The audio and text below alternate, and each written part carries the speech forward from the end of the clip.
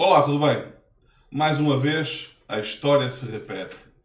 Mais uma vez, um presidente da República que foi eleito com o slogan de ética, com o slogan de defender o combate à corrupção, como aconteceu nos anos 80 com Collor de Mello, Bolsonaro, que fez toda a sua campanha em volta da segurança, em volta do combate à corrupção, o que história em que só caiu quem quis, porque toda a sua trajetória é suficientemente conhecida.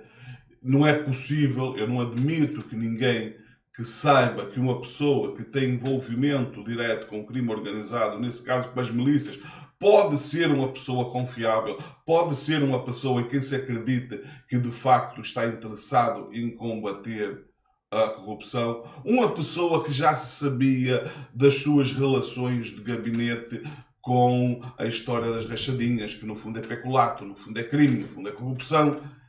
Não acredito que nenhuma dessas pessoas, com exceção evidentemente daquelas mais desinformadas do interior, aquelas pessoas mais humildes, mas pessoas bem informadas que votaram, sabiam que estavam votando no corrupto. Disso aí eu não tenho a menor dúvida. Toda aquela história de combate à corrupção era tudo conversa mole. E como aconteceu no caso do Collor, que ia ser o combate também à corrupção, ele apresentava-se como o caçador de marajás. O que é que aconteceu? Sofreu o impeachment precisamente por causa de corrupção. E não por acaso Collor de Mello, que estava no apoio do Bolsonaro nas duas eleições, esteve no apoio de Bolsonaro nas duas eleições. Os corruptos se juntam, os corruptos eles acabam todos por se dar muito bem. No caso do Bolsonaro, a coisa atingiu um extremo porque ele foi levar todo aquele conceito da criminalidade, todo aquele conceito não apenas da corrupção, mas do crime organizado mesmo, para dentro do Palácio da Alvorada. Ele transforma todo aquele conceito, chega ao ponto de haver informações de trocas de mensagens codificadas em que se falava de nióbio de várias cores, em que dava tudo a entender que eles não estavam a falar de moedas de nióbio, como lá falavam, mas de pedras preciosas das mais variadas cores. Muito parecido com aquilo que o crime organizado faz para despistar a polícia. No caso do Bolsonaro, ele não se bastou com isso.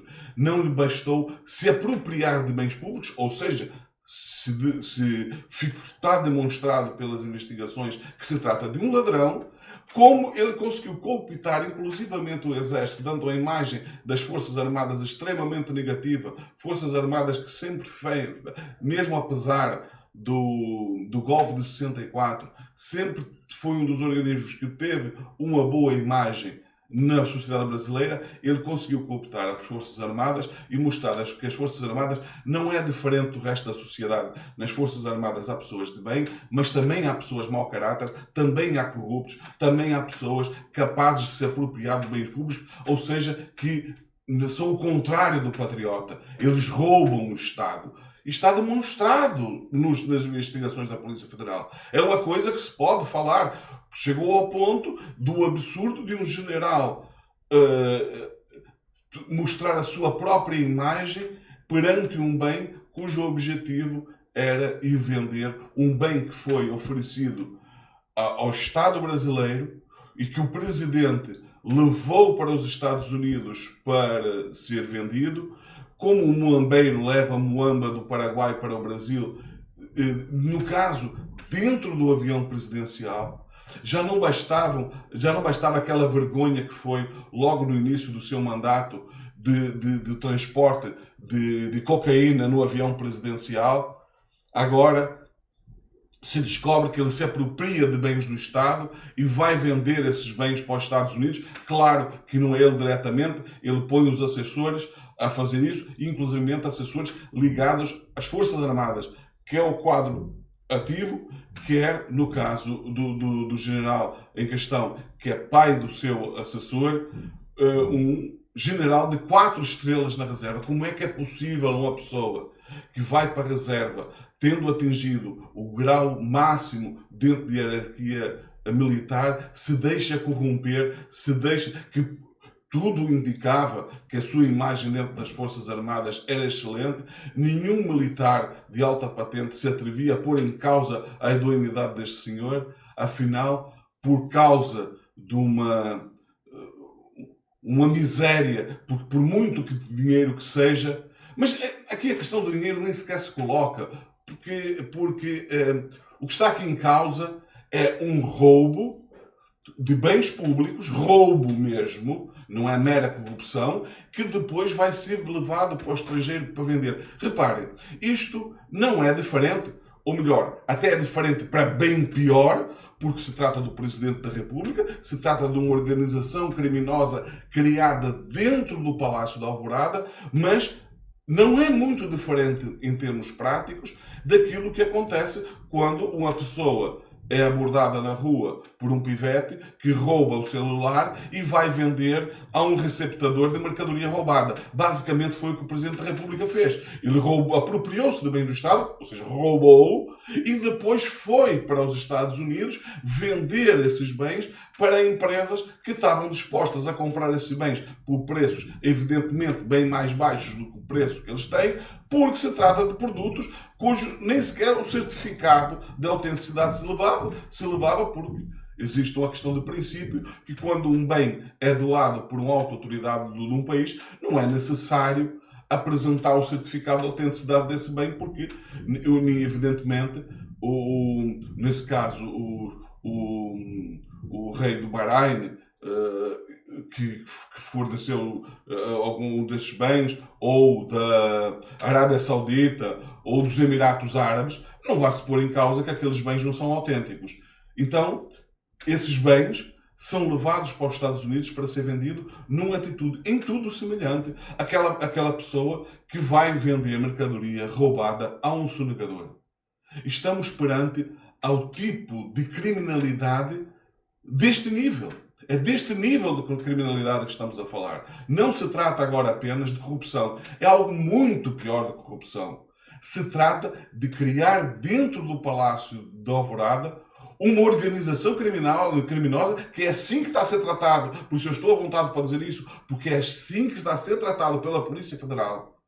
É assim que o processo está a ser tratado, que foi criado dentro do Palácio da Alvorada uma organização criminosa levada para lesar o Estado de uma forma em tudo semelhante ao que faz qualquer criminoso, qualquer ladrão. É deste nível de criminalidade que estamos a falar. Isto é extremamente vergonhoso. Eu, como brasileiro, que já vivo há muitos anos em Portugal, ouvir isto do meu país me dá uma vergonha tão grande, uma tristeza tão grande. Como é que foi possível que nós tivéssemos tido na presidência uma pessoa que era exatamente isso que se esperava dele? Eu nunca esperei do Bolsonaro nada diferente disso. Isto é o que ele é na essência, isso é o que ele demonstrou ser toda a vida dele. Toda a vida do Bolsonaro foi uma vida que tem ligações diretamente com o crime. Meu Deus do céu! Ele foi expulso do exército por tentativa, vejam o absurdo, de destruir uma adutora, de provocar um atentado contra o Estado para reivindicar melhores salários. Isso nem sequer tem lógica. Uma pessoa que pensa dessa forma, uma pessoa que acha que é preciso aumentar os salários dos oficiais de baixa patente, como era o caso dele, que era um tenente, que era uma reivindicação que pode-se admitir que é uma reivindicação perfeitamente lógica. Poderia ter toda a legitimidade de o fazer. Mas ele ia resolver esses problemas explodindo a adutora? Alguém acha que se ele tivesse tido sucesso nesse atentado, então as Forças Armadas, ok, agora sim estamos convencidos que é necessário aumentar os salários dos oficiais de baixa patente? Isto é absurdo. Uma pessoa com a cabeça dessas, espera-se o quê de uma pessoa com a cabeça dessas? Espera que essa pessoa tenha discernimento para saber o que é certo e o que é errado? Não! Se trata de uma pessoa que tem graves problemas cognitivos, inclusivamente. E à volta dele, ele só atrai pessoas com esse tipo de caráter. É disso que estamos a falar. Essa pessoa chegou à presidência do Brasil. Isto é muito triste. Bom, já se falou tanto sobre este caso que eu não vou perder mais tempo com isto. Ou não sei, talvez, pode em algum momento ter de voltar a trazer esse assunto, até com outros casos que ele já fez e que volta e meia a gente sente a necessidade de trazer esses casos. É provável que esse caso tenha que se falar outra vez, mas, por enquanto, isto é suficiente. Isto é suficiente para, pelo amor de Deus, se você, que é brasileiro e que ainda se reconhece como tendo algum caráter, pelo amor de Deus, para de defender esse criminoso. Para de defender esse corrupto. Para de defender esse ladrão. Ficam por aqui. Passem bem. Vemos no próximo vídeo.